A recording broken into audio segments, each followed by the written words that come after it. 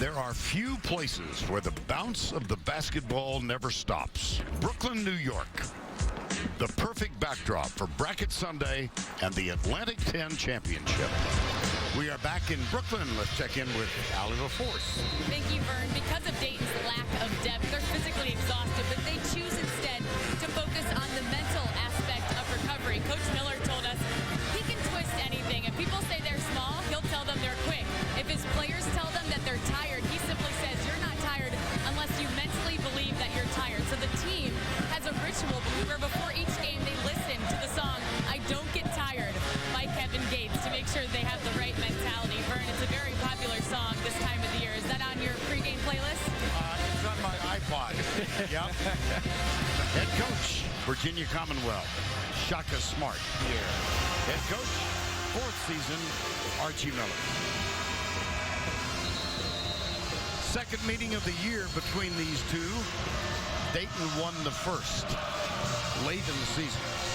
You know, Vern, I'm going to just touch on Allie's comments from a second ago in terms, she referenced that small ball concept, and what that allows you to do, and Dayton played to it very, very well, is that ability to be faster than the guys you're being guarded by, so it gives you a psychological edge early on.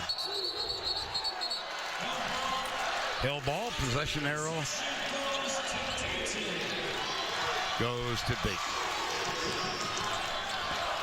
So catch your breath, my friend, because here comes VCU. Yeah. And they will defend, and they will look for the jumps. Here it's just a basic man-to-man full court. And you see Ali Cox coming to try to get the ball out of the point guard's hands in Smith. And he almost came into our laps. You don't want him coming into our lap. No. I would choose 9 other guys on the floor before him. Yeah, Ali Cox is 6'6", 255. You shook hands with him yesterday, right? Yes. Oh, that got my attention. Tyshawn Pierre had a great game yesterday.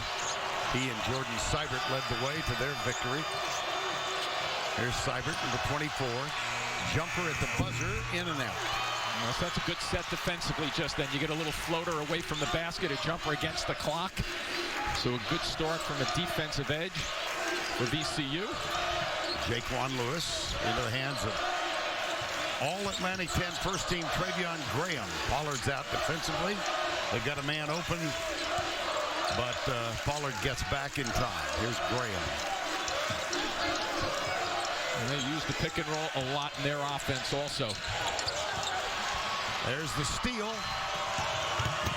And Seibert up and in, first basket of the ball game. And a terrific look too, Vern, by Kyle Davis just then, giving the ball up at the right time. You want to give it up to a guy where he can catch it and make a decision. That time he just had to put it on the floor for one dribble, but that allowed him to make a nice move in terms of going to the hoop.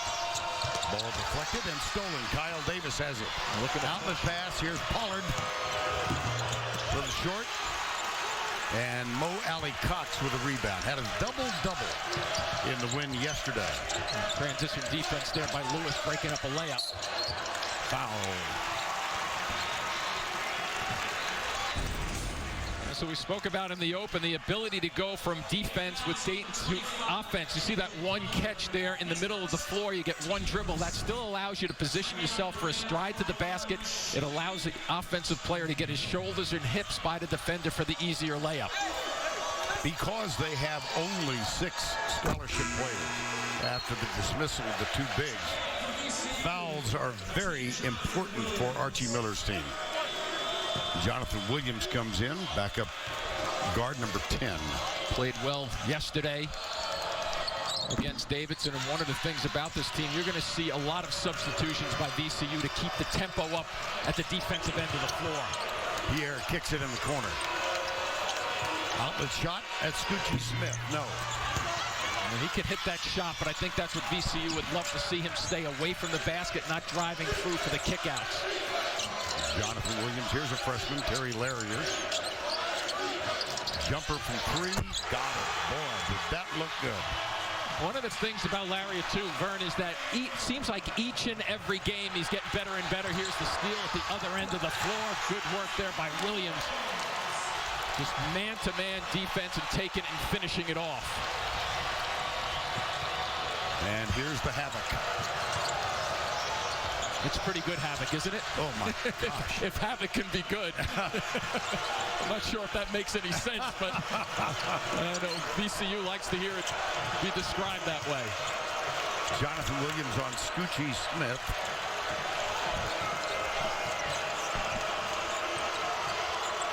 Screen set by Pierre. Pollard will drive and miss. Oops. Well, those are the ones you have to make. Even just lay it in to get the 2 points. And went for style points and it didn't pay off. Jumper. Wow, air ball. Larrier gets the loose ball. Battle for it underneath. And Dayton comes out with it. Scoochie Smith. Pierre, nice. And a foul. They're trying to establish early that they can go to the basket against VCU. And we'll take a look once again. Look at this big seam. I mean, it's coming right at us. Great look from the camera angle right there, but it also indicated there was so much room that there wasn't any defenders in the shot. Sub for Dayton now. A former non-scholarship player, a walk-on. Bobby Whirley, number 22, has come on. Given a scholarship in mid-January. Pierre, three-point play. And Vern, we've spoken about VCU. One thing to look for Dayton going against their havoc defense, if you get it by the first wave of the defenders, there's generally an opportunity to go to the basket. We've seen that 2 or 3 times already. Jumper Graham, no. Wow. And let's check in with Allie LaForce. Thank you, Vern. No doubt that Whirley has been a bright spot in this team's offense and defense. He tried to walk on his freshman year, but the team told him, hey, we have too much depth. We don't need you. Then they ended up sending him an email his sophomore year saying, we could really use you now. This team has really embraced his role. He was an impressive high school player, even played on a team in Naperville, Illinois with Wisconsin's Frank Kaminsky, believe it or not. Indeed. Hanging with good company right there. GB, Jared Guest, just off the bench. Now, Archie's brother Sean, his Arizona team, routed Oregon last night. We asked Sean, their dad was one of the great high school coaches in Pittsburgh, in suburb of Pittsburgh. He's home watching. Decided he's not going to show favoritism to either Archie or Sean until next week. Must be a lot of fun for him, though. Well, that's Daryl Davis off the bench. Number 1, he's a freshman. Johnson was a starter, has come off the bench the last 5 games. And has stabilized. He was having some problems. So they decided to put him on the bench and as a 6th man. And he can shoot the long ball. Good work getting on it after it on the floor. This is Johnson, guarded by Whirley. Takes the 3. No. Nice job by Pierre to get the rebound. Oh, against 2 guys on the offensive glass, that trick. And another foul. 15:07 to go. First Duke right now. The other thing about Kentucky, when you think about it, everybody talks about them one and done and, you know, all freshmen, but they have some power across the board. And they've got a couple of juniors. Well, yeah, you know what's interesting? Out of their top 7 scorers, only 3 of them are freshmen. So that indicates you have 4 other guys who are not freshmen that are scoring, that have experience, and that's why they've been able to build on it, because they have depth on that team that we all know about, but there's more experience behind the curtain. Kentucky playing Arkansas for the SEC championship. Loose ball right into the hands of Scoochie Smith. And he throws it up wildly. Jaquan Lewis, here's a break. Almost taken away by Daryl Davis.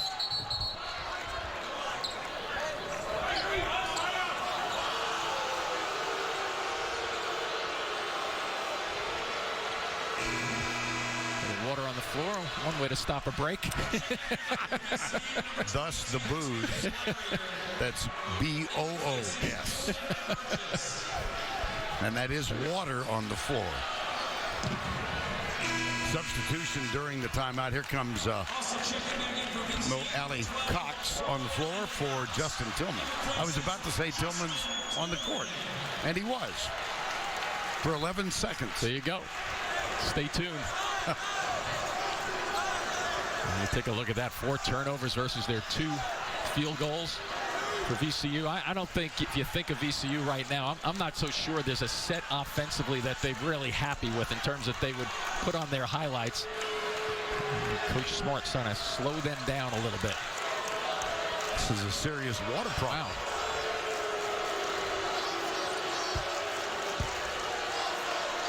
Goodness.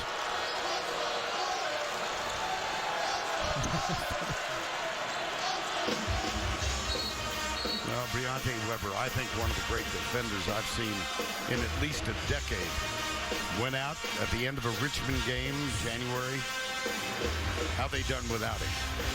Well, obviously there were some growing pains. It's taken them about 4 to 6 weeks to really figure it out. But if you look at all the numbers on the without side, right, not very good. Everything's the record, the points per game down, and defensively, really what's occurred is this is the guy that was getting about 10 deflections a game. And interesting enough, Vernon, we spoke about this yesterday, you and I, watching them. He sits right by the coach in terms of helping it out. Normally, an injured player is way down the other end of the floor, but this kid's basketball IQ is so high that they actually rely on him for insight during the course of the game. Archie Miller, chatting with us about Briante Weber yesterday, said had he been able to continue throughout the season, they would have been at least a 4 seed. And that's pretty strong comments, I thought. Highly respected. Now we're back. We've got the cleanup duty completed. Melvin Johnson, Treveon Graham, Larry. High screen set by Mo Alley Cox. Johnson. Lewis for 3. Front rim. Sean Pierre into the corner. Daryl Davis. You got to watch for Daryl Davis. He just lights it up from the outside. Best in the conference at shooting the 3 ball. Smith.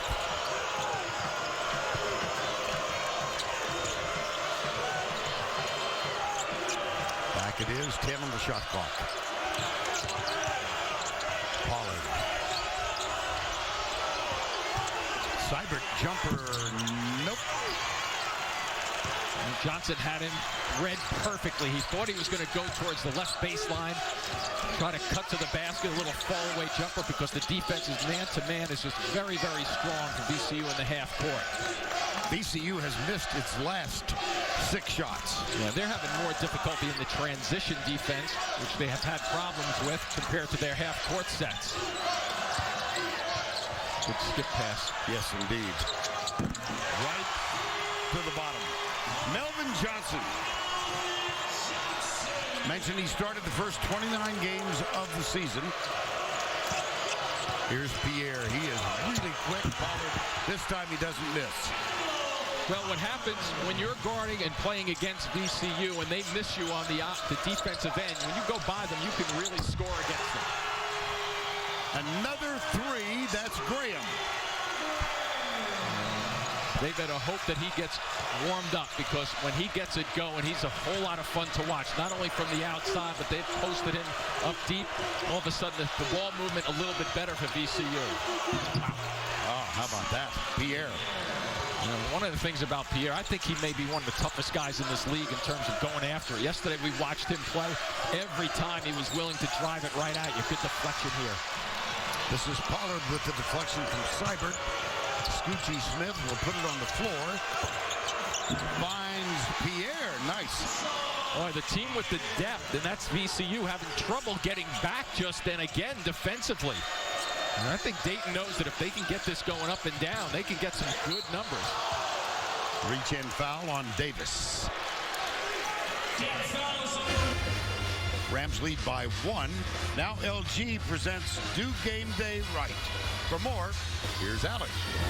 Thank you, Vern. In mid-September in Belle Isle, Richmond, VCU coaches and players went through 1 week of Navy SEAL training under the guidance of former SEAL John McGuire. Known as Hell Week, the purpose of the training was to improve physical endurance, but also also worked on leadership and communication skills as the foundation of team building. Working in teams of 5-man groups, they all mentioned the sandbag drill as the most demanding and challenging, but also the most rewarding part of the week. They traveled a 250-pound sandbag to Brooklyn to remind them of the lessons learned and earned as honorary SEALs. And Vernon Bill and Mo Alley Cox said it's the hardest thing he's ever done in his entire life, but it certainly made this team closer. I would hope. Boy, that's a workout, huh? My gosh. It's the 4th year they've done it, and the coaches participate. Shaka Smart said that sandbag drill is the toughest thing he'd ever been a part of. Yeah, and thanks for carrying me in today from the car. I appreciate it. Well, 250, 250. Ooh, just beat the count there, getting that one in. Here's Graham.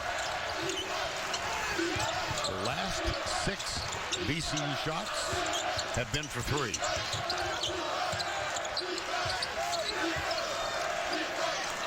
And it's a man-to-man defense, but you notice how they're just sagging. When the ball comes to the left side, guys are sagging from that side to the right side to the middle of the floor. Williams forward. Tipped. Rebound. Daryl Davis, the freshman. Here's Dyshawn Pierre. And he's going to go after him. You bet. Davis, as Jim said, nice find underneath. Kyle Davis, though. And he was fouled. Dayton looks to get the ball down in a hurry, and then when they come down the floor, watch the spacing. And here's the backdoor cut off the screen. It's held, a little bit of traffic. He moves the ball. Looks like he's going to go to the right side, the reverse. He comes back, and that's what causes the foul. So Kyle Davis will go to the line. Hands the full 69% free throw shooter for the year. Jaquan Lewis is back on for Jonathan Williams. By the way, part of that SEAL drill involves swimming out to a dock. Jonathan Williams does not swim, and his teammates had to help him out and help him back. Yeah, it's a great lesson, really, when you think about it. And the purpose of it is to get the teamwork going and making sure that everybody pitches in. Now, if somebody can't swim, you have to help them. Somebody can't pick up the sandbag, you help them. So it's all about getting the focus of the team away from basketball to get them thinking about winning. Kind of a rough shot from Dyshawn Pierre. Yeah, the offensive side of the floor for both of these teams a little sluggish so far today. The defense pretty good. Larrier. He's got the look of a basketball player, doesn't he? He sure does. I mean, he's got the size, the deflection. By Larrier. He's 6'8", he's quick, getting better game by game. Bobby Worley coming back, so is Seibert. And Daryl Davis and Dyshawn Pierre will get a rest.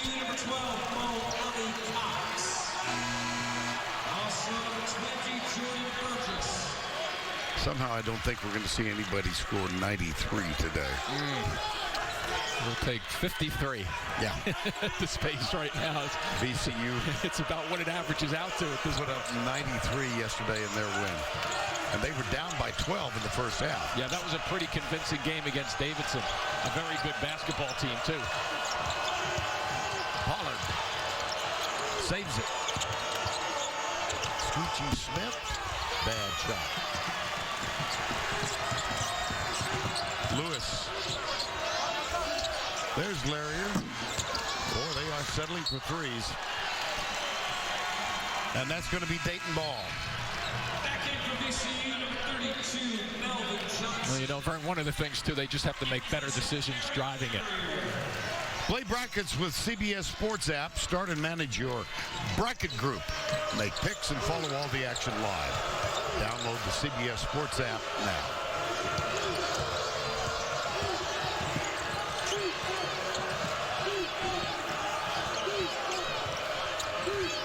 .35 to go. Smith. It's 2 times they've left him there, though. Isn't that sending you a message? Next time, maybe you'll see Smith put it on the deck a little bit and drive towards the basket. He can hit that shot, but if you're not hitting your first two, good tendency then becomes, hey, I'm going to drive it at you. Another three, another miss. Dayton 5 of 16 from the floor. VCU 4 of 16 from the floor. This is Worley. There you go. Pollard, yeah. Tighten up the floor a little bit. Challenge somebody. You'll get to the free throw line. Stop settling for the long-range shots. 8 unanswered by Dayton. Another three. Kind of surprising. When you're 3 of 11, Vern, sooner or later it's got to click that you drive it to the basket. I mean, I know we're repeating ourselves, but this is a championship game. I don't know if you outshoot people, especially if you're not hitting them. You get to the free throw line, good things will happen going to the basket. Seibert, entry pass. Pollard, guarded by Mo Ali Cox. Rebound, Worley on the miss. Seibert for three, yeah. How about Worley doing the tough work right there? Timeout, VCU.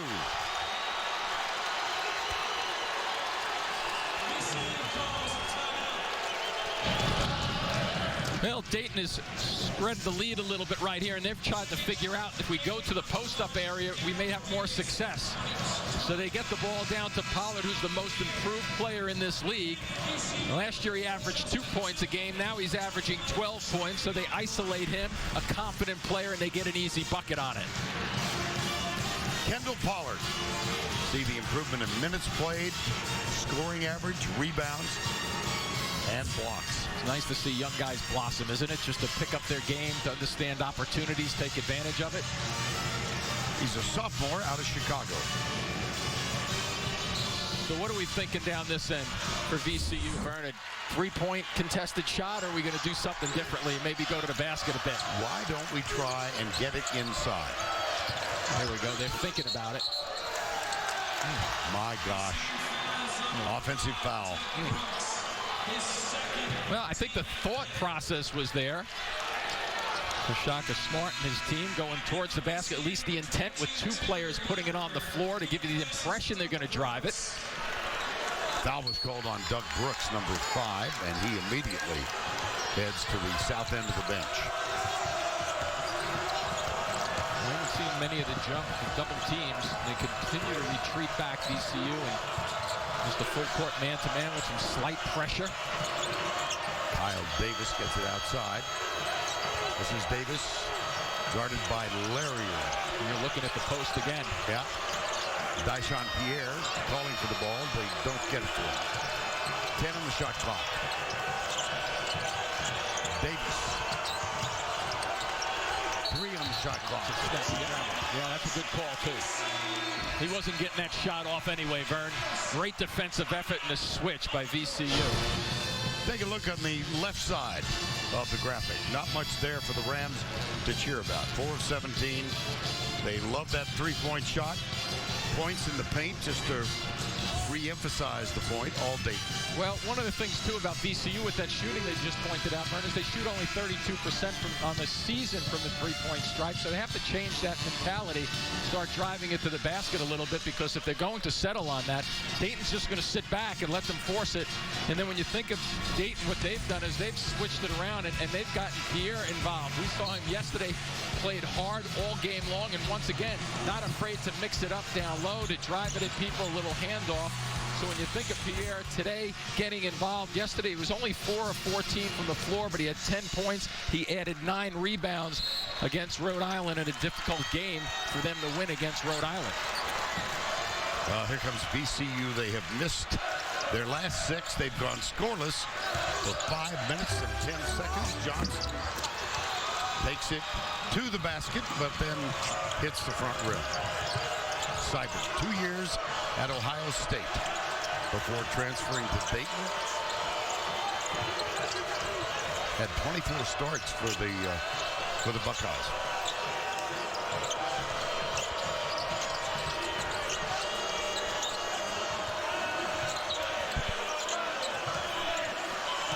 On the shot clock. patient almost to a fault. 4 on the shot clock. Pierre, spin move. Nope. And I think they're waiting just a touch too long, Vern, to get into their sets. And, you know, they're right. The shots they're getting, that wasn't a bad shot, but there's that little thought of the shot clock disappearing that you have to hurry just a bit. And again, there you go. Treveon Graham.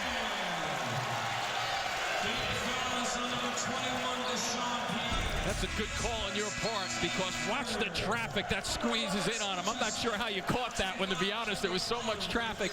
But what does VCU do? All of a sudden, they take a multi-dimensional player who can shoot the ball from the outside, but they start giving him some looks and some touches to say, get in the middle of the floor.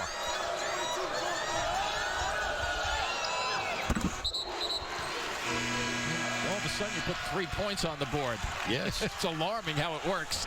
And those are the first 3 in 6 minutes and 13 seconds. Let's see what they do up there. Are they going to jump switch here, or are they just going to lay back? Watch Ali Cox. Nope, he's looking for something, but he decides to go back. It's just straight up man-to-man. Jaquan Lewis on Scoochie's feet.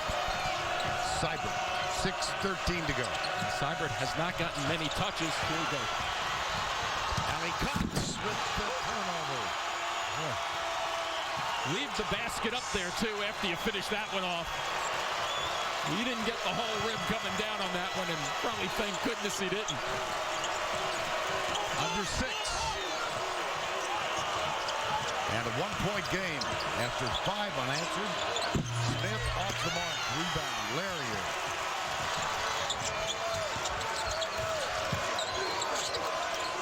One thing that's been consistent in this A10 tournament this year is close games. Just about every game, minus maybe 1 or 2, have been pretty good games.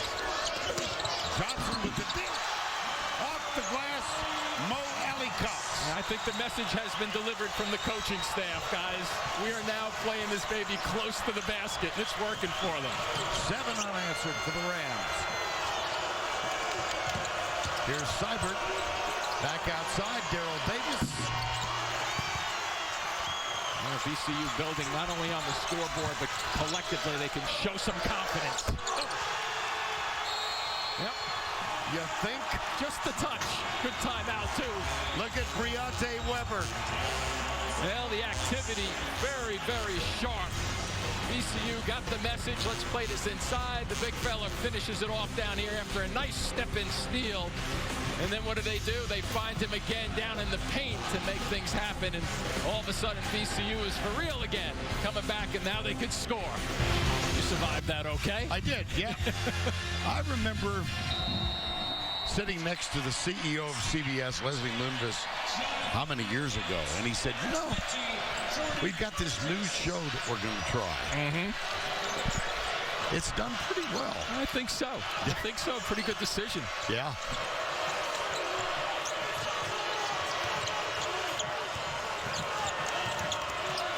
Dayton with some ball movement. Now all of a sudden, that's a little. Oh boy. Yeah. Yeah. Williams hooked him. And that's what happens if you move without the basketball and you get a 6'6" guy in Pollard who's really positioning himself. And you watch right here, he's got nothing to do but to grab him because he's undersized.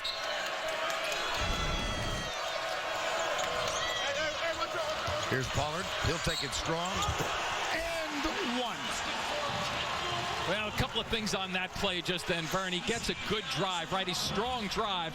He gets a big guy moving, and then watch what he does. Bang. He sets up the tone by hitting him first, gets the defender moving, and then the second part of that shot, Pollard then has to realize, because of the good bump, I'm now spaced away from the defender. I'm not going to get my shot blocked, so I can turn it into a nice, soft, easy 10-foot jumper or 8-foot jumper.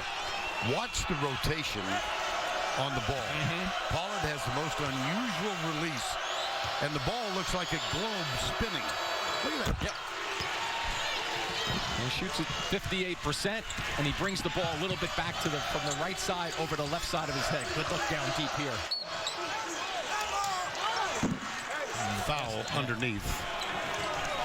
Take a look at this. It's I've never seen one quite like it. Well, you see how the ball is over on the left side of his head, Vern? What you're really supposed to do is bring that up just about over the right side of your head, and that causes him to have to get the ball from the left side to the right side, and it'd be a nice slider in baseball. It would. Kaboom. Yeah. 4:20 to go, first half. 1-point game. Here's Burgess off the bench. Melvin Johnson, number 32. Jumper with Smith in his face. Sure was. Right in his face. Good call. Here's Scoochie Smith, 0 for 4 from the field so far. Darrell Davis, number 1. Scoochie's job out there is to make sure they don't turn the ball over. Kyle Davis, wow. Treveon Graham, number 21. Wow. Oh, boy. Kyle Davis got it from behind. Settle for the half court. Yeah, real good decision, too. They didn't have anything on the numbers coming back the other way, because that's because the ball was tipped in the opposite direction, so they had to regroup. And the size advantage. Smith. There you go.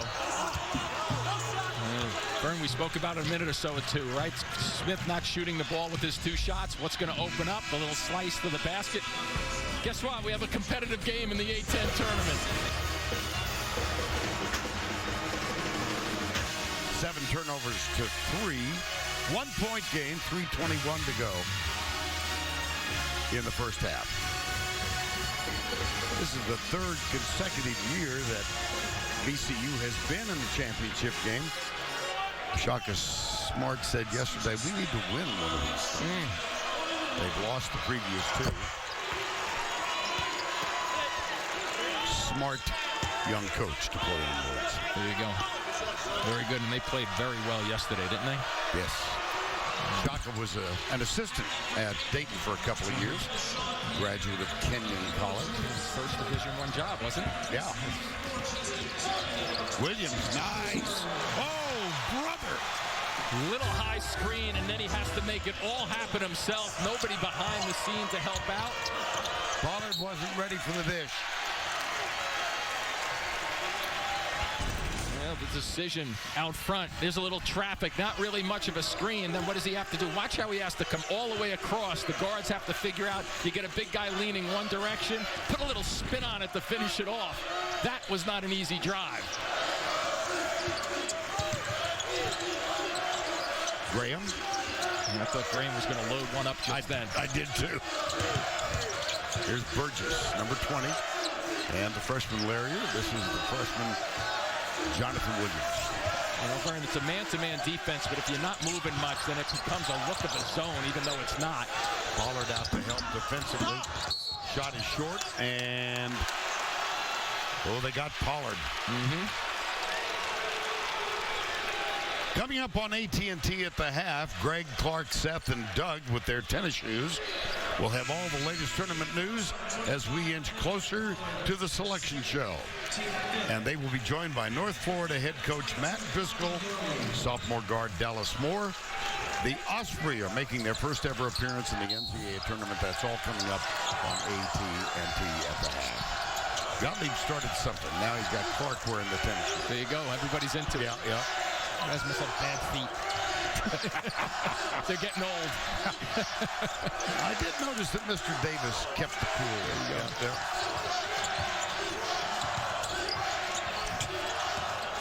Williams. He can get it off. Graham off the mark. A battle underneath. Foul is called.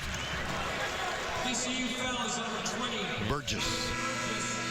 His 3rd, team 9. That's his 3rd. And for VCU, number 32, Melvin Johnson, replaces Jordan Burgess.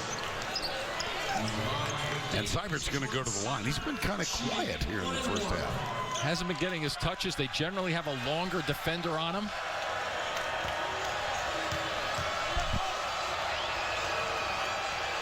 Yesterday he only got 10 short shots off too. Vernie was 5 for 10 with his 12 points, but he put up 5 assists and he had 5 steals also. So contributing in more than one way. That's what first teamers in any conference usually do. In and out. Under 2 to go. First half. Tied at 24. Back to Williams. Looking for that high screen. They run a lot of their action off pick and rolls. But when you're stagnant and you're not moving, look right in here, you're going to have a lot of action defensively to close things off. From the corner. Yes. That's the freshman. Terry Larrier out of the Bronx. Terrific upside, too. A guy they're going to rely on late in the season because they know he's got some experience. Oh, my. Wow. Scoochie. Gucci making it happen. The decisions, and here we go with the action. The middle of the floor down the other end, and here's that drive down. He gets hit and bumped. And Scoochie not shooting the ball from the outside, but making it happen, driving to the basket again. Scoochie isn't scorching, is he, Vern? Oh, dear. Oh, dear. I'm gonna leave on that one. Okay. You can handle the last minute and 15 by yourself, can't At you? least we didn't get with a scooch. Oh, there you go. Sorry, Raph. That's okay. How about that? Melvin Johnson. Well, they better find him. Because he's had 4 games this year where he's put up 5 threes.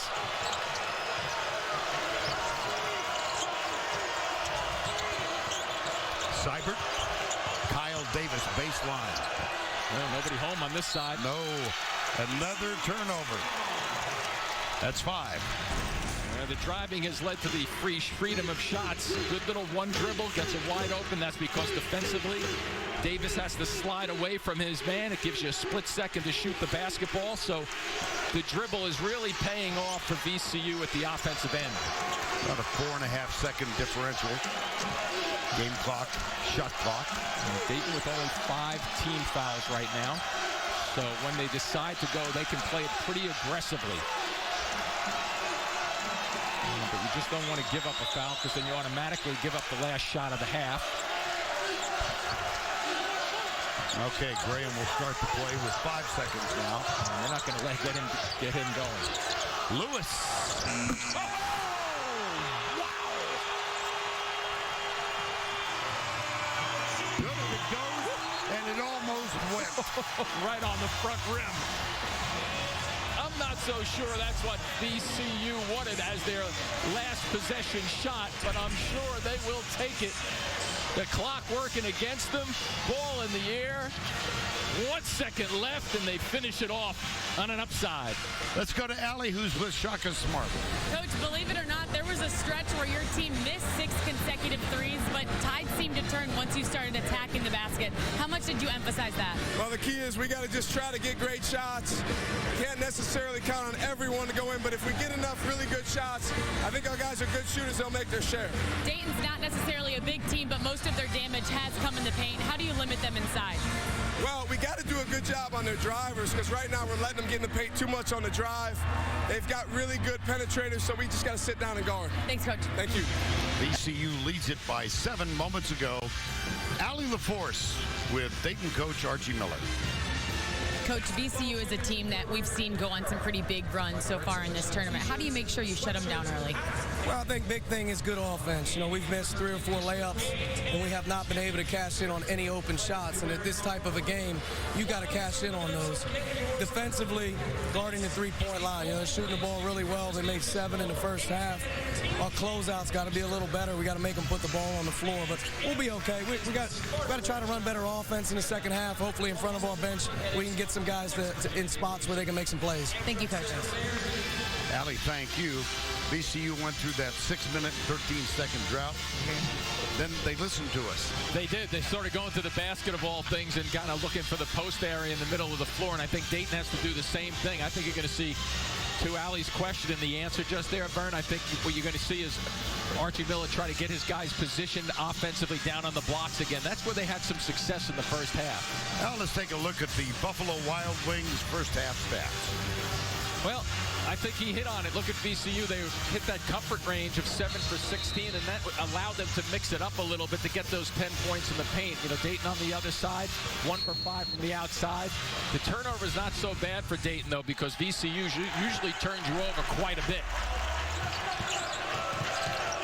Here's Lewis and Graham. They opens the second half the way VCU ended the first half. It's a 10-point lead, first double-digit margin in the ballgame. What that tells me, Vern, is that's a young guy who came out at halftime and worked himself into a little bit of a rhythm, so when the game started in the second half, he was ready to go.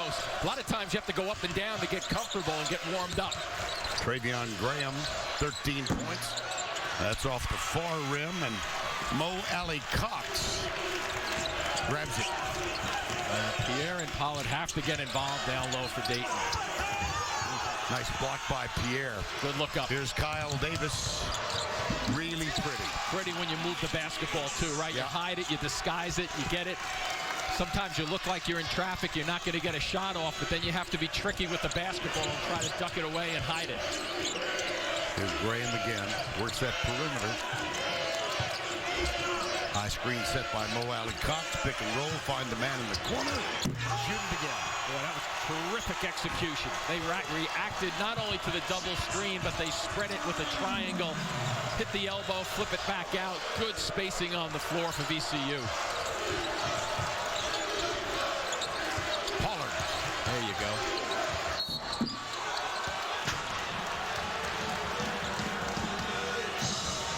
So here you look at how do you execute when you get a double team coming at you. So high screen, there's the double. You have to release just a little bit and then make sure you have a spot up shooter. So he turns, he knows exactly where his shooters are. Well executed in terms of being able to read what's happening from a defensive perspective and who's coming after whom outside on the floor.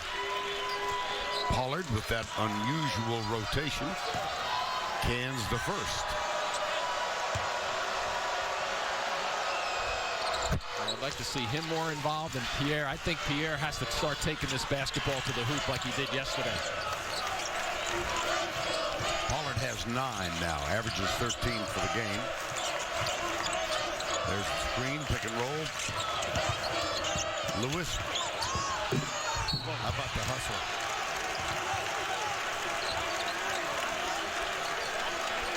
See why critics call the new drama Battle Creek a fast-paced run of fun and full of surprises. An all-new Battle Creek tonight after The Good Wife, only CBS. That was on Davis, his second. Ali Cox had a career-high 18 points yesterday. And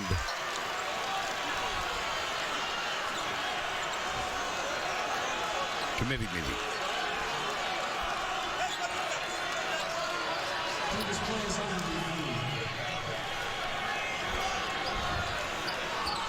They're going to look at the monitor.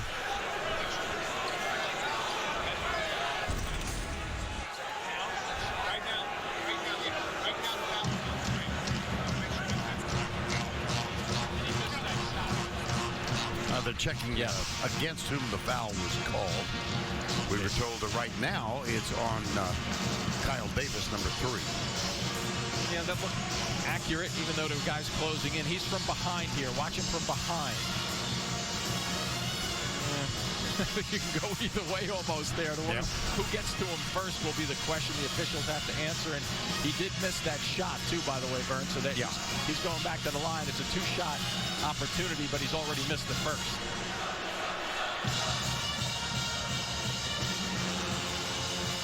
Well, important here because of the lack of depth for Dayton.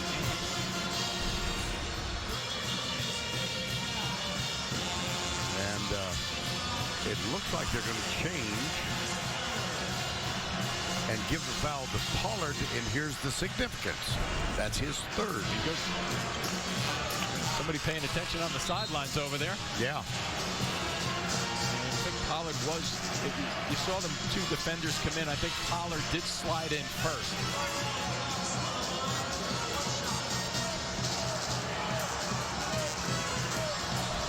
Okay, so they can go and make sure that's one of the things they can go to the monitor for, to be able to determine who the correct fouler was in that play. And he got in there, Pollard got in there first with the bump. 1 of 2 for Mo Alley Cox. And had the foul remained with Kyle Davis, it would have been his second. Instead, it's number 3 on Kevin Pollard. Here's Kyle Davis. 10-point margin. Scoochie Smith, spin move, off the glass and good. Boy, a little acrobatic, wouldn't you say? Not only getting the ball to go down, good look up the floor. How about at the other end, though? You know, he's a large human being. And does he ever run? You know why he gets down the floor quickly, though? He is fast, but he runs right down the middle of the floor. He doesn't fan out to the sides where a lot of guys do on the breaks when you're running 3-on-1s and 3-on-2s. He goes from point A to point B in a hurry. Pollard, up and under, too strong. So Pollard has to be careful with his drives with the third foul to make sure he doesn't get caught out of control. For 3, Pollard battles for it. Dayton ball. Remember, Jim, at one point in the first half, VCU missed 6 consecutive threes. Correct. They're 9 of 19 now. And you know what I think has loosened it up outside with their shooting, Vern, was that the adjustment that they made by trying to at least push the ball to the middle of the floor, get some easier buckets, and then what happened was Dayton starts to collapse a little bit, and you're not taking contested shots, so your shooting does pick up. And since those numbers, 8 of 13 from long range, Dayton has to find a way to score. Still haven't seen Pierre touch it many times in the half here in 3 minutes. No. Here's Seibert. And Seibert's been quiet also. Jumper. There you go. That's for 2. Inside the arc. Kyle Davis. They're almost playing at VCU to let others than those 2 that we just mentioned do the damage rather than those 2 guys. Seibert and Pierre. Wow. Usually an offensive rebound. Right under the basket, catches all net. Unfortunately, was going in the wrong direction. Coming up next, the Big Ten Championship is Frank Kaminsky in Wisconsin look to put their final claim on a #1 seed. But it's March, and Tom Izzo's Michigan State Spartans are hitting on all cylinders. It's all here on the road to the Final Four, CBS Sports. And Wisconsin has been so consistent all season long, and just as you touched on then, that guy Tom Izzo figures out a way to get his troops involved. Every year. Yeah, he's terrific. Tillman with one more.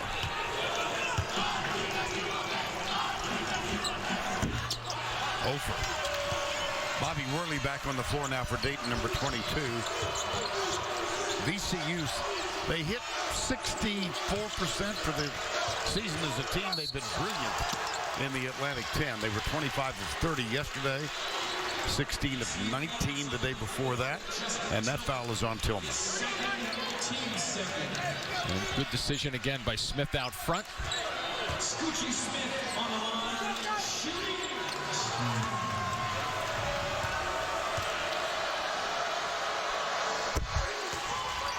Scoochie Smith gets the first.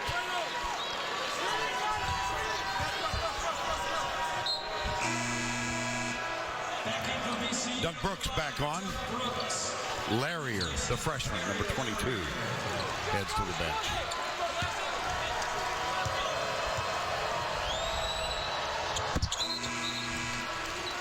Now Darrell Davis on for Scoochie Smith. Smith has 8. Give him a little breather. So important. Remember, Archie Miller mentioned to us yesterday how important it is to keep him on the floor. When he's on the floor, things go pretty well. Sometimes when he's on the bench, not so much. He said, our team changes. Yes. Graham. Leave your feet. That causes problems. Oh, nice. Nice. Jordan Seibert. Got an angle. It sure was. He recognized it. Now he's out of the picture, so this is a 5-on-4 here. He's back down, though.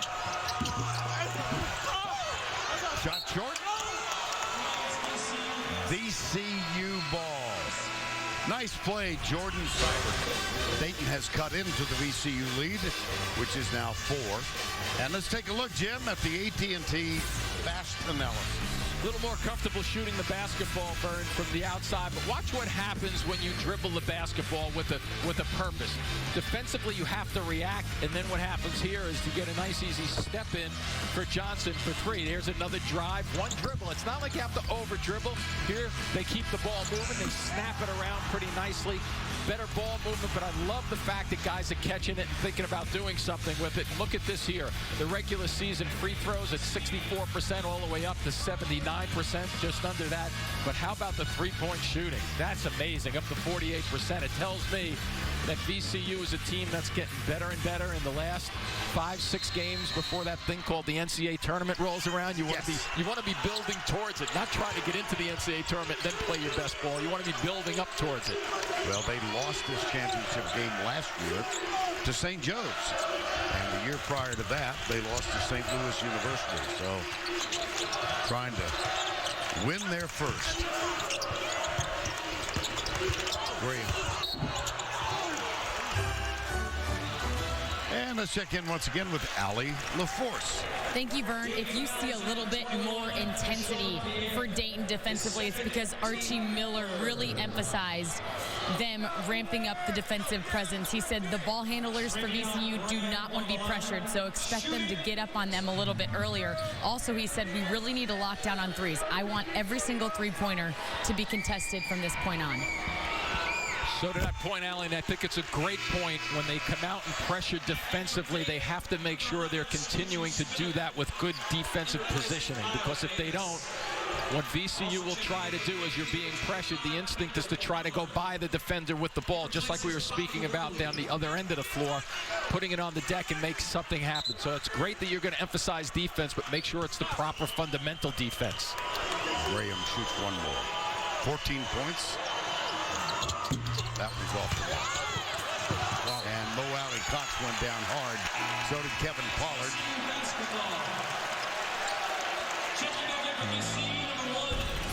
So both guys going after it.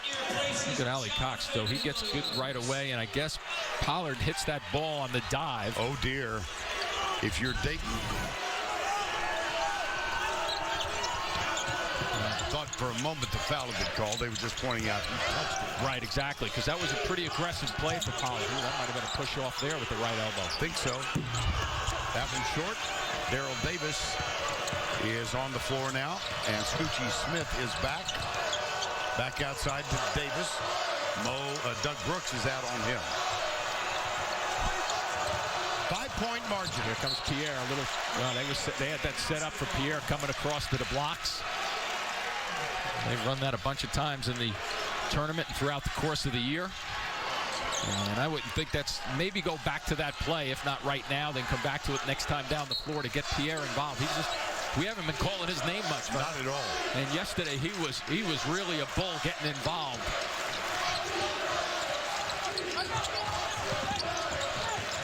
Daryl Davis. And that's a good dribble away from the defense. Well, that's not a good shot. No Scoochie Smith.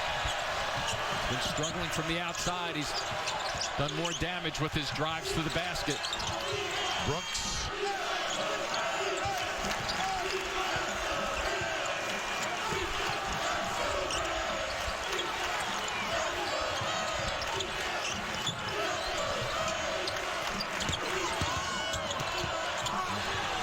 Beautifully defended by Smith just then, wasn't it? Yes. When you get in trouble on the right side of the floor, the best place to look is to the corner, and guess who recognized that was Smith. They pick up a foul at half court. So, Vern, as you come down the floor here, you want to get in the corner, right? So if you get in trouble here, you want to go over here with your pass, because there's usually a guy filling that spot. And what did Smith do? He anticipated that was the only place to go, stepped in the passing lane for the steal. Doug Brooks heads to the bench. Jaquan Lewis, Melvin Johnson, Treveon Graham, Mo Alley Cox, and That's the 5 and the 4 for VCU. Here's Pollard. Davis. Floater. Nope. Now the Davis floater, though, is a soft shot. It allows them to go after the offensive glass. They're going to keep it down this end. And watch the floater. You want it to go in, obviously, but when it comes down, what does it become? It becomes a ball that's reboundable, if you will, by the offensive people. They go after it, and Pierre was involved just then because of seam opening with rotation defensively. I like that. Is that a word? Reboundable. I look forward to hearing that again throughout the tournament in the next 2 weeks. I'll give you the flashcard when it's coming. See, you're never too old to not, learn something. Reboundable. Here we go. That's shootable. There you go. Jaquan Lewis, number 1. Got a little speed. Pollard comes down with it for Dayton. Well done, too, with Pollard keeping Allie Cox off the offensive glass. Let's see if Smith start getting something going in the motor. Ooh, almost traveled. Dyshawn Pierre. There we go. There you go. Yeah, there we are. He figures out a way to use the toughness, Vern, doesn't he? We saw him and enjoyed watching him yesterday, just getting those shots off in traffic. There we go, break time.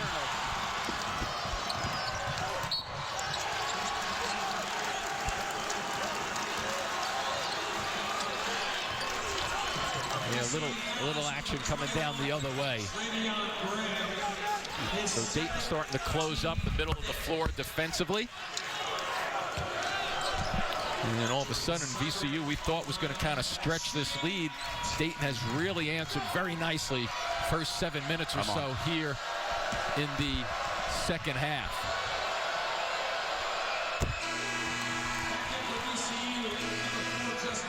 Tonight at 7 Eastern on CBS Sports Network. Finish off your selection Sunday with continued coverage of this year's tournament action on NCAA March Madness. Bracket breakdown presented by Reese's.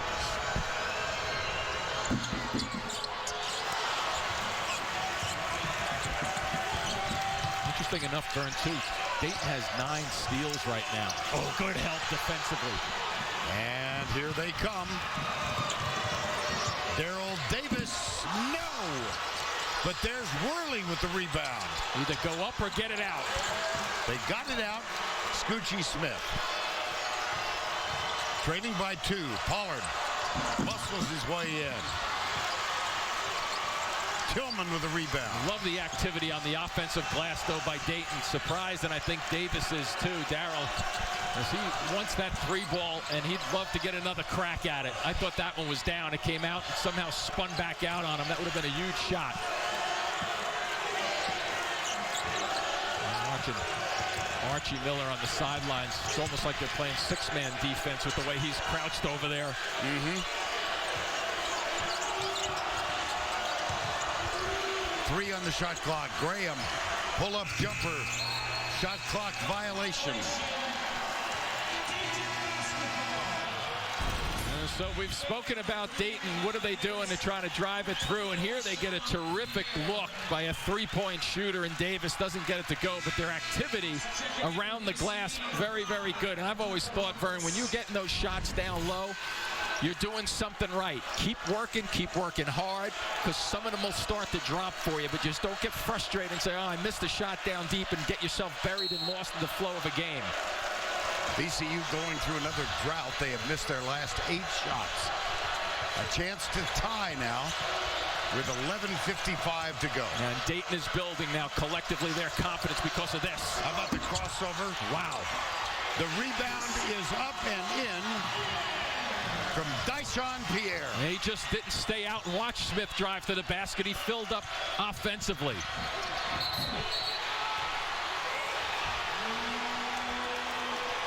Looks like this is going the other way also. Yep. Oh, it is going in Dayton's favor right now. Things are working well. Sacrificed stardom for teamwork, and it's worked perfectly, and Coach Cal has done a remarkable job there.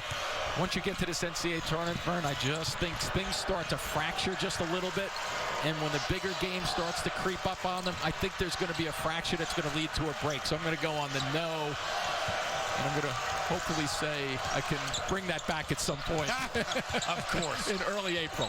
We are the factory of second chances. There you go. I tried to give you a couple of reasons. Yeah, at least you didn't just jump up and down and turn your back. 11:05 remaining, tie game, 43 all. Largest lead was VCU's earlier in this half. They were up by 11 at 40-29. Entry pass.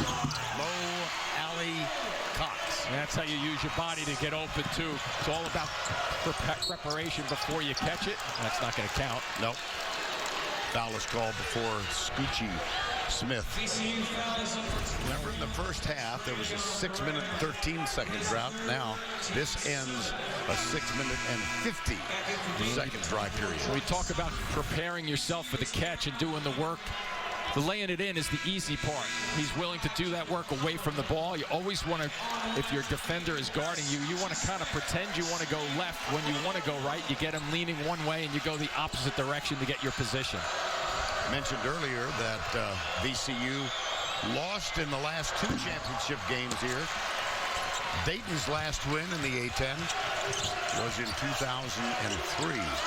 But they had a magical run last year in the tournament, didn't they? Oh, did they ever. Knocked off Ohio State, Syracuse, those games in Buffalo, and then they defeated Stanford before losing. Nearing the midway point, second half. From the corner. Oof. But the backboard got in the way. Good on the break. Oh. Yep. On the line. VCU ball. Davis is pretty good on the break like this, but he just gets bumped a touch right there on the drive to the basket. And then he's still out of bounds when the ball gets touched. So it's going to go the other way for VCU. Treveon Graham, the only senior on this ball club. Number 21, first team, Atlantic 10. Senior starter. Yeah, just shy of 1,900 points in his career, too. Cox kicks it out. Lewis. Boy, leave him open like that. Yeah, there was nobody home. He had all that real estate by himself. And that was a terrific looking shot with the rotation. Remember, he ended the first half with a long one like that. Looks like it's going to be on Mo. No, it's on Terrier. So the concept of getting it down low and making things happen with it. So here's the post. The little double team comes his way. And what does he do? He finds an open shooter. And where is everybody? Nobody within 5 feet. Nope.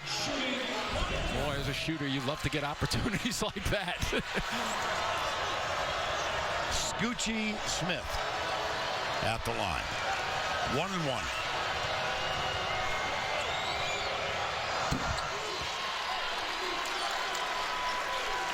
So that's a big number to look at, too, Vern, with VCU with 18 fouls. Yeah. Dayton only with 3. So if you are Dayton, you want to just make sure you're playing every possession, whether it's half court or transition, very, very aggressively and challenge. Put some pressure on the guy who's defending you rather than the other way around. Smith now with 10.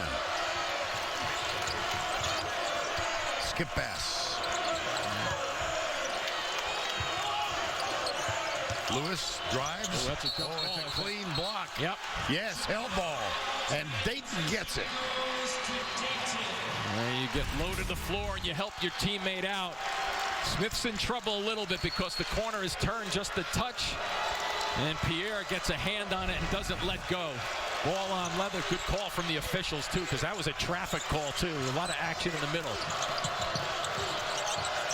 Only 5 turnovers thus far for Dayton. Here's Pierre. There you go. Seibert. And 1. No, he traveled. Seibert's not arguing that call. I thought his foot, if you look at his left foot on this drive, when he comes down, I thought there might have been A little bit of touch on the foot there to cause him into that. It's a tough one to pick up, but there was a little contact on the footwork there to cause the travel.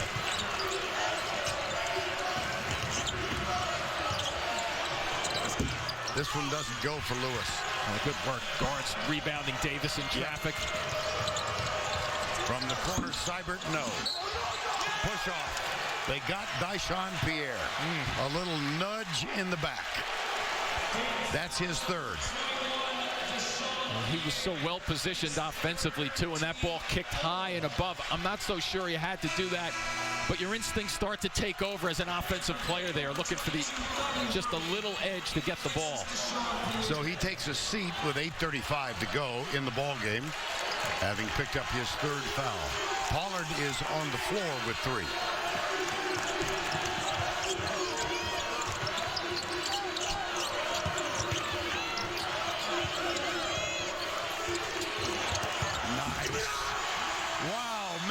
Johnson with the feed. And where do they get Ali Cox, though, drifting towards the basket again? VCU distributing the basketball well with the 13 assists.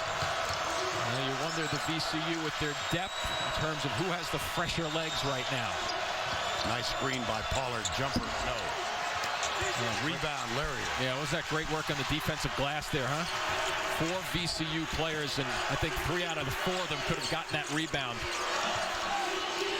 Back to Jaquan Lewis from Graham. 7:40 remaining. 5-point VCU lead. Yeah, see, this little slowdown in the sets at least gives Dayton a chance to get their breath. Just missed. Does Jaquan Lewis. Timeout. Timeout called by Dayton.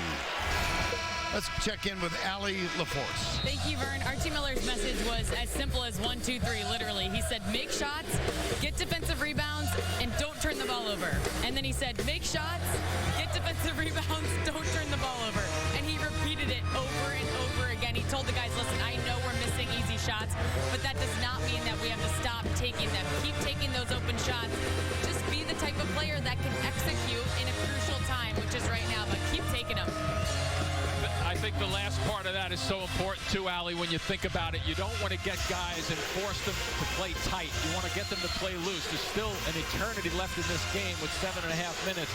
So yeah, just go out, be yourselves, but just be smart. Be smart about it, but if you have a shot, you have to take it. Scoochie Smith. I thought he was going to throw it in. No. Dayton Pierre. Yeah, they realized that they were going to be facing a press, and they want him to get the ball in his hands. Now Jaquan Lewis picks up Smith. We haven't seen this real havoc defense today, and I think it's by design. Pierre. I think they made a judgment that it's more important to stop Dayton in the half court, because Dayton was, in the beginning of this game, was doing okay getting by the traps. Here's Pierre driving. Rejected by Mo Ali Cox.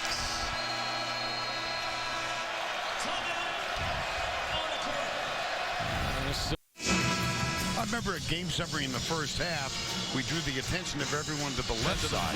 Terrific, and we saw him with that shot block right before the break. 5-point game, 7:02 remaining. Automatic berth in the NCAA tournament goes to the winner. Entry pass. And there was Mo Ali Cox, and he traveled. Yep, he had possession. So automatically by rule, if you catch it and you fall with it, that's going to be called a violation, because it is a violation.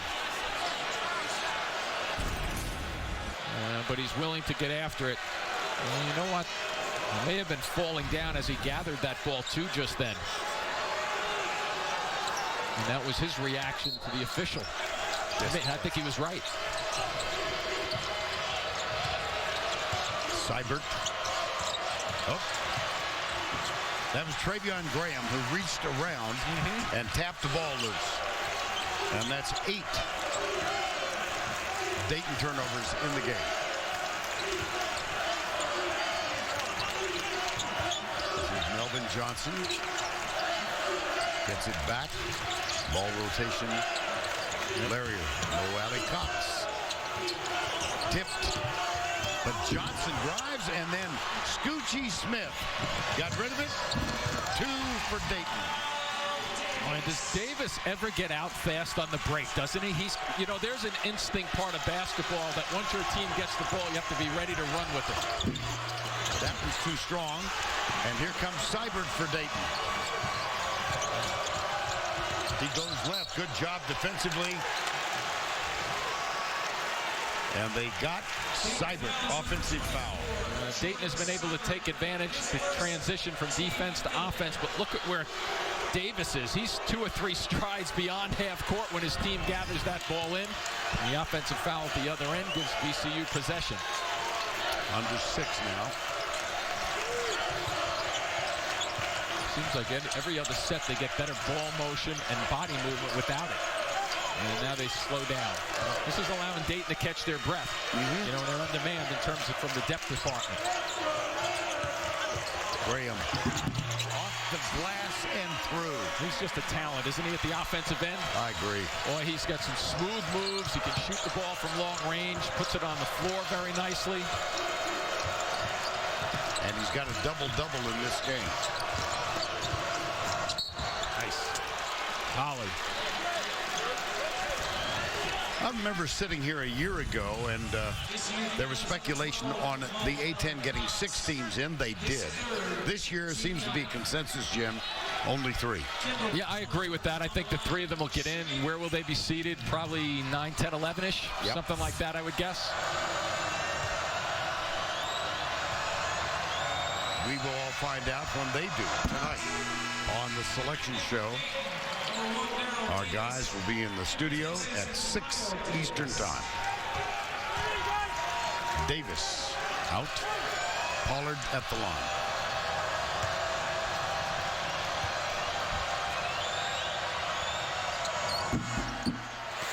Now that's when that spin hurts you. When that hits the rim, if it goes in cleanly, you can shoot it through your legs. It doesn't matter. But if it hits the rim with a funny spin on it, you don't get the friendly bounces all the time. I swear it looks like a spinning globe. 4-point game, 52-48, 4:59 remaining.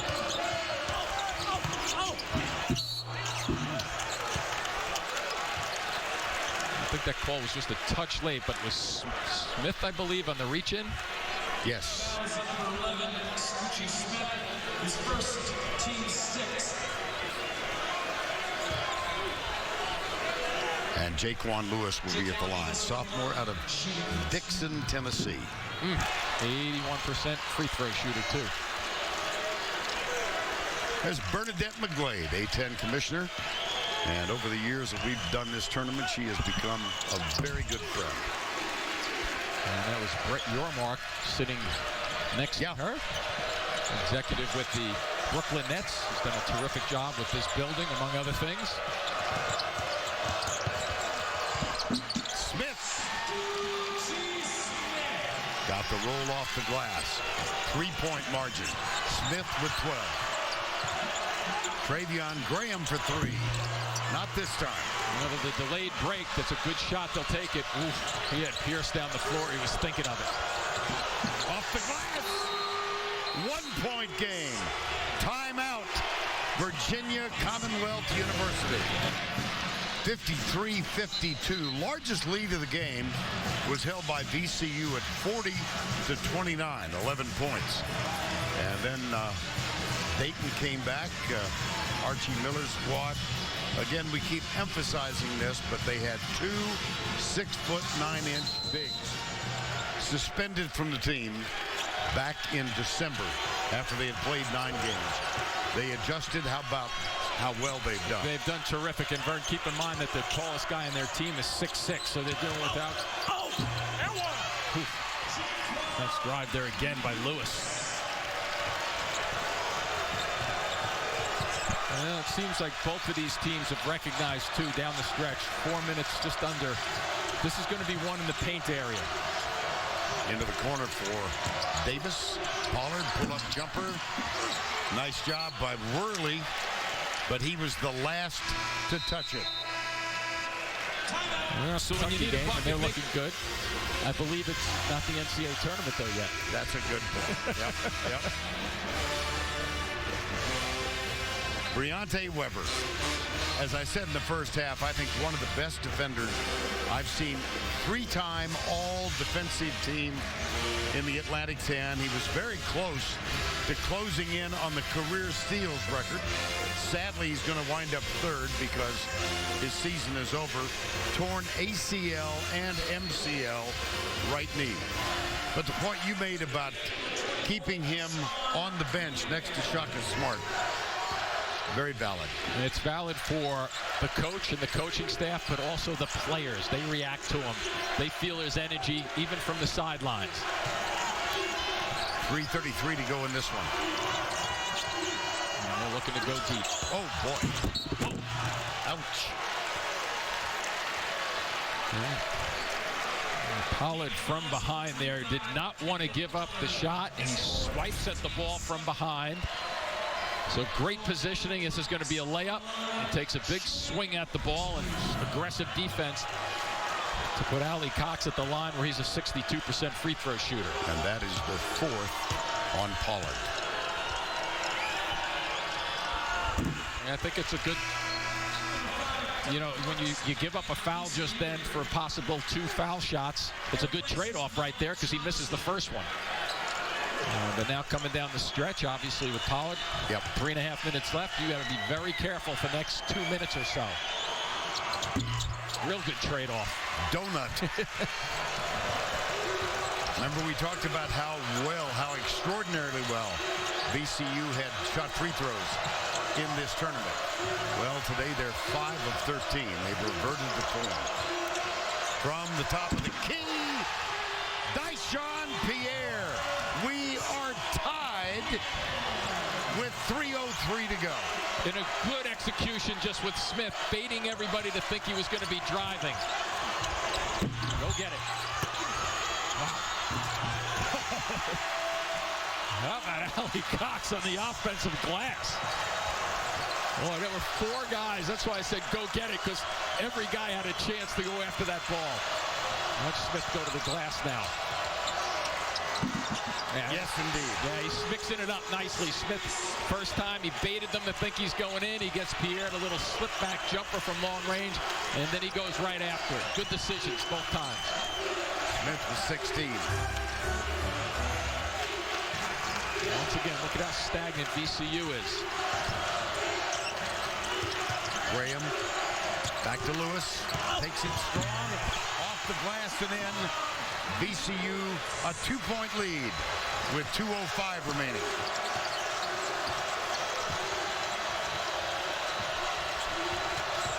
No, there you go again. Oh, boy. Tipped out by Pollard. He can let that go. It's a tip. Obviously, if he catches it, he can't take it back. Foul, VCU. Double bonus now. So we take a look at decisions. He had just kicked one out for a 3-point shot. That makes a good drive, Smith to the table. And then the answer by VCU, and guess where this is all being played? Right in the paint area, which I love coming down the stretch. Under 2 minutes to go. Seibert. Doug Brooks out. Shape it up to be one of those last possession games almost, isn't it? Been that kind of tournament. It sure has been. With the exception of the big win yesterday by VCU. 2 for 2. Seibert notches it at 59. Relatively speaking, Vern, that VCU over Davison's score was like at a 100-point deficit. It was only 93-73 because everything else has been so tight here. Yes. This is just one of those games where it's who wants it. 90 seconds to go. Will the Seals from VCU hang together here? And Pollard into the corner it goes. good reaction so far. Dayton perimeter defense. 5 to go. 5 in the shot clock. Got it! A quick timeout or no? Yep, quick timeout by VCU just then. 1:13 to go, 61-59. Double bonus now for the Dayton Flyers. We've had 7 ties, 5 lead changes. Kind of a sloppy first half, but a contrast in the second half. It sure has been. And you know what? The one thing that's been consistent, though, Vern, is the competitive nature of it. Even though it was sloppy in the first half, these guys have really been going after it. Now, VCU emphatically calls a timeout. Now, that kind of indicates to me that maybe you're going to switch up the defense right now. So you have to be alert if you're Dayton. I'm not so sure it's going to be a full court effort because Dayton has had success going by the trap. So I'd expect a real hard man-to-man defense at half court. But I would also think that VCU is going to kind of collapse this and really stay in the middle of the floor and stop the drives. Kyle Davis, Scoochie Smith, Seibert, Pierre, and Pollard on the floor for the Flyers. Doug Brooks back on the court now, number 5. He's out on Smith. 1 minute to go. Yeah, at this stage of this game, you can take any shot you want, but you want to... Whoa! Brooks! Nice pass. The feed. 2 more for VCU. Now you got to pick it up and go to the basket. And that's what they're going to discuss, the strategy. What a great effort defensively out front. How about Doug Brooks, number 5? VCU trying to end a 2-game losing streak in the championship game. In their first year in the league in 2013, they lost by 6 against Wayne Mitchell and the 16th ranked St. Louis. Last year's final matched up Giovanni Reddick's Rams against St. Joe's. The Hawk front court, led by Ronald Roberts, got the best of VCU as the Rams fell just short. They're now 50.2 seconds away from the championship with a 4-point margin. And if played correctly, Vern, that 50.2 seconds should take a while because if you're Dayton, you want to obviously get this ball fast going towards the basket. If you miss, you're in a fouling mode. If not, you have to play it straight up. But then it depends on how much time they take off the clock. So that's going to be very interesting in terms of how quickly they get to the basket, how quickly they get a shot off. But you don't want to rush it. You don't want a bad shot. That's the worst thing that you can do right now. Scoochie Smith has it. 45 seconds remaining. Pollard. Nope. Foul. And so they go to a quick set, a bang-bang type of play to get it into the down in the paint. And Pollard uses the strength, and you saw the ball at first, and then you see an arm come down and slide on the shooter's elbow. That's the correct call. And he goes to the line for clearly 2 huge free throws right here. He is 4 of 5 today. 4 of 6. 58% free throw shooter on the season. So if you're VCU right now, and if you've done your homework, you're thinking, okay, he's under 60%. Must block out in all areas. Somebody has to get the shooter in case it hits the front rim. And your 2 bigs have to close the lane. 1 of 2 this trip. Daryl Davis comes in. He's the best 3-point shooter. Take a look at Briante Weber. So you are in no man's land, too, right here as he helps out. I think Dayton has to be careful right now, though, from a strategy standpoint, Brian. They can't let this go all the way down because of the 5 seconds. So they got to do a blitz. They got to show. Yeah, I like this. I like this because it continues the game. It stops the clock. They have to throw a little havoc back on VCU and just stop the clock. And the reason I say that, if they come down the floor, and let's say they sit back because there's a 5-second differential. 1 shot, 1 foul, 1 point. Now it's a 2-possession game at 5-7 seconds. I don't like the odds. I like my odds better right now because I still have 40 seconds on the clock. There could be multiple possessions right now. This will put Larrier on the line. His first attempt today. He's a 70% free throw shooter for the year. And as we've touched on, a freshman, too. Yes. So that's very important in terms of, does this guy step up and knock up back at 2 as a youngster? Let's see. That looked pretty good. Sure did. Very authoritative. Yep, like he's been here before. Look at Weber. 2 for 2. Larry wasn't fazed by the moment at all just then. No. And now he'll get a rest, and Doug Brooks comes back on for defensive reasons. Yes, sir. And he was pretty defensive a moment ago when he got the steal. Remember, Seibert has only had 6 shots. Back outside, Scoochie Smith. Pierre. Dump. Pollard.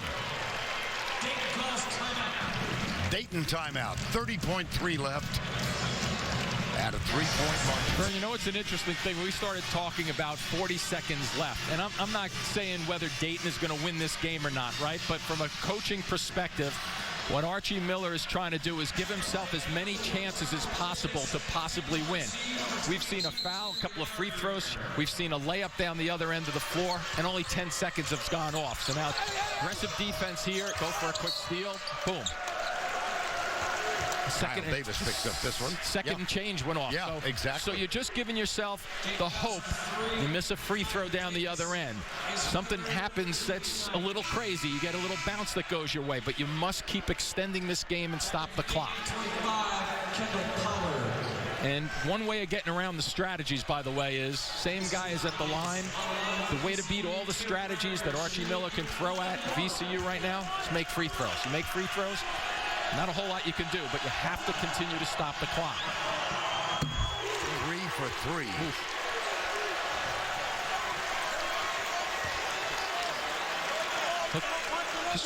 He just barely looks like he looks like he's all by himself on this floor. 4 for 4. Wow. Tremendous shooting. Tremendous. And now the switch again. Doug Brooks on for defense. 25 seconds to go. 5-point margin. You got to go in a hurry, but you got to go to the basket quicker than this. Davis is the best three-point shooter on the team. Misses that one. Fresh chance. Oh, we got hit. He got hit. Ah! 10.6. Yeah, and he was in the act of shooting too, Vern. You get a second chance. When is the best time sometimes to get your offensive three-point shot off? And he just misses by a touch, is when there's a frantic, kind of crazy defensive effort to get loose. Seibert, 4 of 6 today. 2 more. So let's see if the senior has what the other team's freshman had.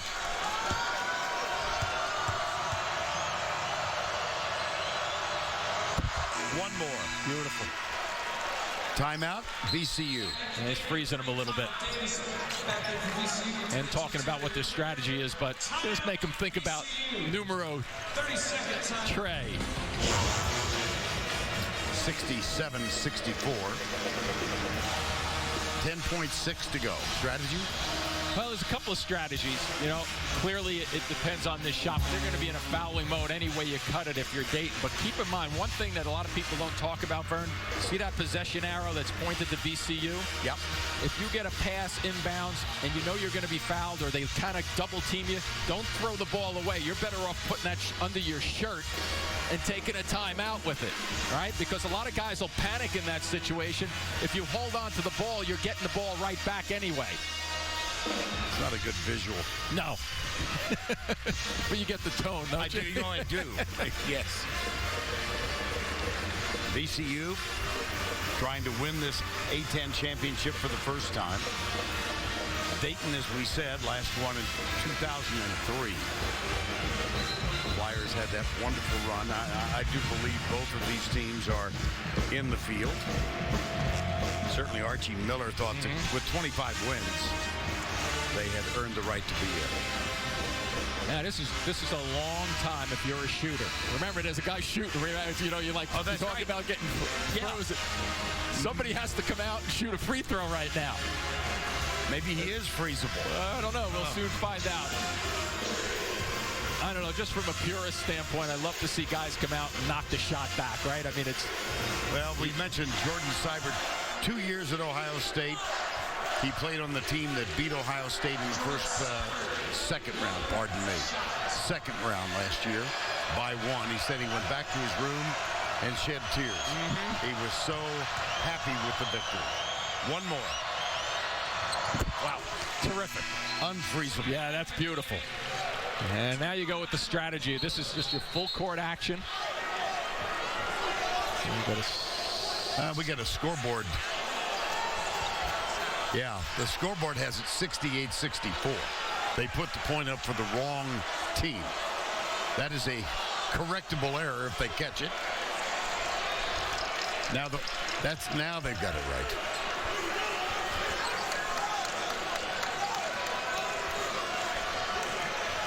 So, Vern, you have this situation right now, right, where you try to select who you're going to. Number one, I tried not to foul Laria, but he's probably going to pop back to try to get this ball himself. He's tall. Now you just go for a foul right there. Oh boy! Did they call Seibert with the foul?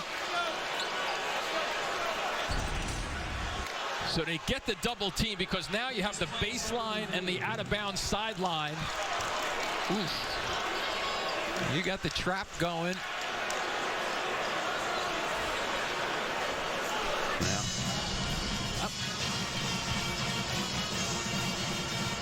And they are reviewing it. Yeah, I'm guessing that the call is an out-of-bounds call.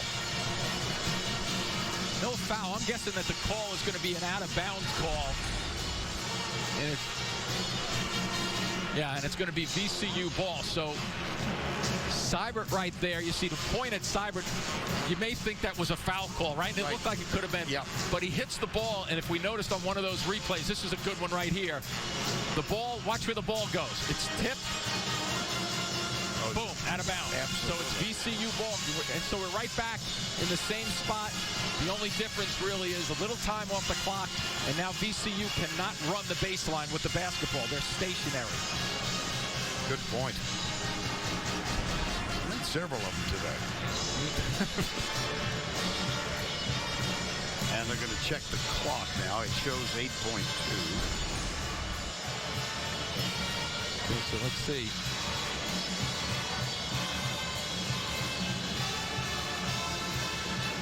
Ball's headed to the floor right there.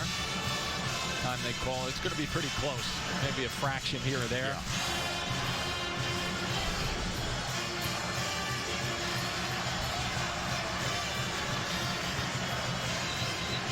.6. So they put 4/10 back on the clock. One thing to look for right now is Laria. He's 6'8", and he's got long arms. He's just made 4 free throws in a row. Let's see, he's standing 20 feet away, but I think that's a decoy. Okay. These guys are going to come blasting back to the ball. And I like the fact that they're guarding the ball also. That makes that task much more difficult from an angle standpoint. Got Seibert on Treveon Graham. It's kind of like who wants the ball right now.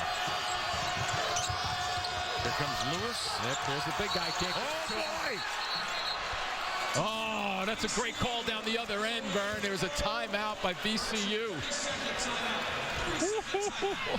And I'm thinking that was at about the 4-second and close to change. 4.9. My gracious. Oh, you look right there. He's closed in. There's no place to go because all his guys came away from the other corner. Watch Shaka. Timeout.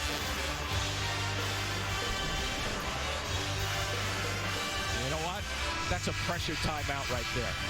He's processed a lot of things just then. And you know what? When he talked about that whole SEAL thing, going back to that, it wasn't about the goals. It was about how you process things to get to the goals fundamentally. There's no place to go with this pass, by the way. Look at, he's trying to come across. Might as well throw that one into the stands because you're not getting that to a teammate. That is the final timeout for Virginia Commonwealth. Coming up next, the Big Ten Championship. Michigan State against Wisconsin.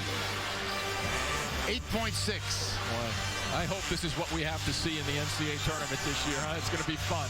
Wow. 2-point game, 67-65 this time. It'll be Melvin Johnson who will take it in. Foul immediately, 7.9 to go. And they're going to put Jaquan Lewis on the free throw line. Yeah, well, He's a good one. Yeah, he is. 80+, 81% And to give Dayton their due, what they have done since the 42nd mark, they've done this absolutely perfectly. Once again, the only thing that beats you is made free throws. So they're sitting on that sideline saying, just one, I just want one miss. That's all I want right now. Lewis is 1 of 2. Now he's 2 of 3. He doesn't take a lot of time, does he, Jim? No. Brooks back, Larrier on the bench. Jaquan Lewis. Yep. Off we go with the freezing again. And to set a strategy. Yep.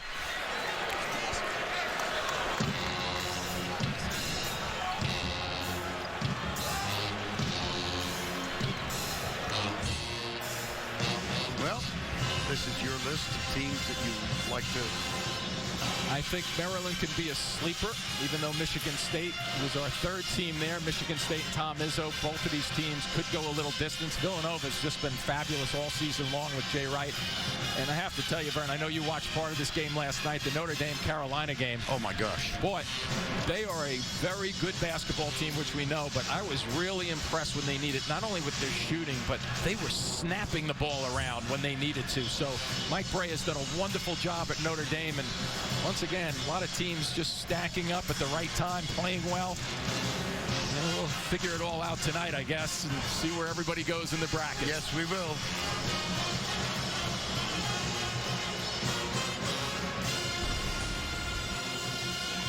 A moment ago. Watch me. But you only want to be watching him for a little period of time. Once the action starts, I'd watch the ball a little bit. Yep. Don't watch me too much, guys. Both teams out of timeouts now. 3-point margin, 68-65 with 7.9 remaining. So let's play this one through, right? One shot down the other end. If it misses, you got a 3-point game. If you're coming down, you're Dayton with the basketball. What do? If you're VCU, you make a decision and go after the guy before he shoots the basketball, and don't let him get the shot off if he misses. All right, so now if he makes, now it's a 4-point game. You just blitz it down the floor as fast as possible and get to the basket if you can within a second or two with one of your guards. Jaquan Lewis at the line. One bounce. Nailed it. Now, you may not be able to get the ball down to the middle, so you have to fire a 3 if they close the middle of the floor quickly. 5 seconds to go. Nope. Treveon Graham, 1.5 remaining. And he did exactly what he had to do, going down the floor, trying to get the layup. And little traffic, a little contesting by Ali Cox. And I will tell you one thing. Both teams hung in down the last minute of this game, and that's just a terrific effort by VCU, but a tip of the hat to Dayton also, because this was a great, great game for the last 8 minutes of the action. 7 consecutive free throws made. And Briante Weber is in tears on the VCU bench. Game, set, match, but it was a good one. Virginia Commonwealth University. Out of Richmond. And in the center of the court, one hop, Briante Weber. That tells you where his heart is, doesn't it?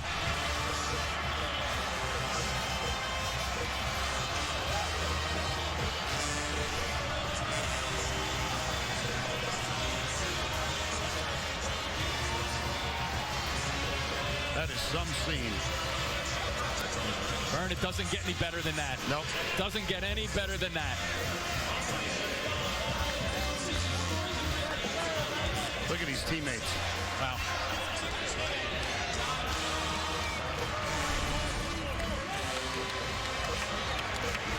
What knee injury? Yeah, keep in mind, this guy's got a brace that's like from his, almost his ankle to his thigh on. I I know one shining moment doesn't begin until the tournament, but that shot ought to be in there. That's a nice start, isn't it? Let's go to Allie with Shaka Smart. Coach, you came so close 2 years in a row.